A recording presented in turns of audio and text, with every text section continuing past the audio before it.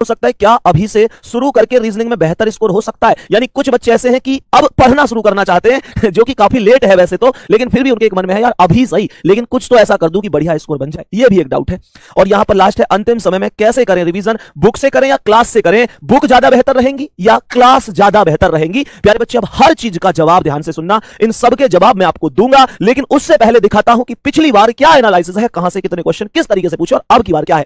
यही आपके डाउट होंगे, थम्स अप कर दो जितने डाउट मैंने यहां पर नाम लिए हैं। मैं क्या पढ़ूं भैया, मैं तो इसे पढ़ूं उसे पढ़ूं, ये तो बहुत सारा सिलेबस है, मैं सबको नहीं पढ़ सकता। अब फोकस करना, यहां इस बिंदु पर फोकस करो जो मैंने अपने हिसाब से लिस्ट बनाई है, वर्बल रीजनिंग की लिस्ट है अभी ये।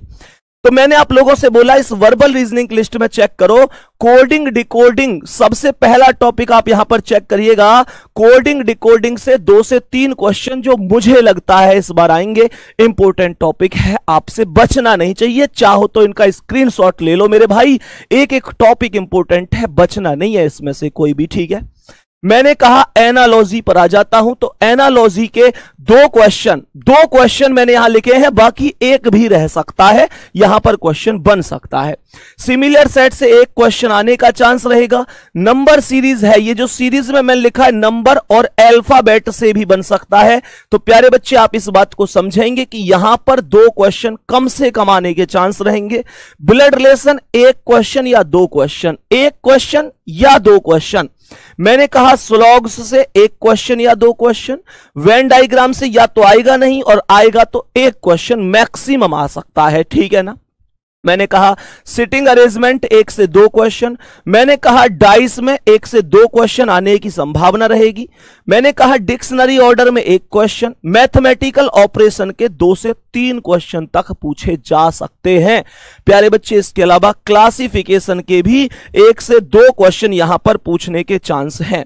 अभी नेक्स्ट पेज पर चलते हैं और यहां पर समझते हैं। मैं कैलेंडर की बात करूंगा तो कैलेंडर से या तो क्वेश्चन आएगा नहीं और बहुत हद है तो 1 क्वेश्चन मैक्सिमम बन सकता है। मिसिंग नंबर से भी सेम हालत है, या तो आएगा नहीं और आया तो 1 क्वेश्चन। डायरेक्शन टेस्ट की भी सेम हालत है और क्लॉक की भी सेम हालत है। क्लॉक की इतनी बुरी हालत है कि 0 से 1 मैंने लिखा है, लेकिन यहां पर 0 से 0 भी रह सकता है। और प्यारे बच्चे ऑर्डर सीक्वेंस से 1 क्वेश्चन आने की संभावना रहेगी। 1 क्वेश्चन में भी मैं आप लोगों से कहना चाहूंगा प्यारे बच्चे, जो ये 1 क्वेश्चन की बात है तो आप लोग इस बात को समझेंगे ध्यान से कि ये वो टॉपिक होता है जिसमें ए बी से बड़ा है लेकिन सी से छोटा है, इस तरीके की कंडीशन बनती है। दूसरी बात, अब चलते हैं आप लोगों की चीजों पर कि भैया यहां से अलग, ये तो वर्बल के हैं। अब आ जाते हैं नॉन वर्बल पर कि नॉन वर्बल की क्या स्थिति रह सकती है। प्यारे बच्चे, पिछली बार 8 से 10 क्वेश्चन और किसी किसी शिफ्ट में 10 से 12 क्वेश्चन भी पूछे गए थे, लेकिन अब मैं इस बार बात करूं तो हो सकता है इतने पूछ ले और ऐसा भी हो सकता है प्यारे बच्चे, कुछ फाइनल नहीं कह सकता, लेकिन 3 से 4 क्वेश्चन भी पूछ सकता है और बाकी सब में वर्बल पूछ सकता है, जो एसएससी का इस समय का हाल चल रहा है बाकी एग्जाम की अपेक्षा। क्योंकि प्यारे बच्चे पिछली बार ये पूछे थे, ठीक है, लेकिन उसके बाद आप लोग जानते हैं कि इन सालों में एसएससी ने बहुत सारे एग्जाम कराए। सभी एग्जामों को अगर मैं ध्यान से देखूं तो सभी एग्जाम के लिए हमने क्लासें पढ़ाई, सभी एग्जाम के एनालिसिस कराए, सभी बच्चों से बातें हुई। तो उसके बाद एसएससी ने अपना वेटेज हर एक में नॉन वर्बल का 3 से 4 क्वेश्चन का कर दिया।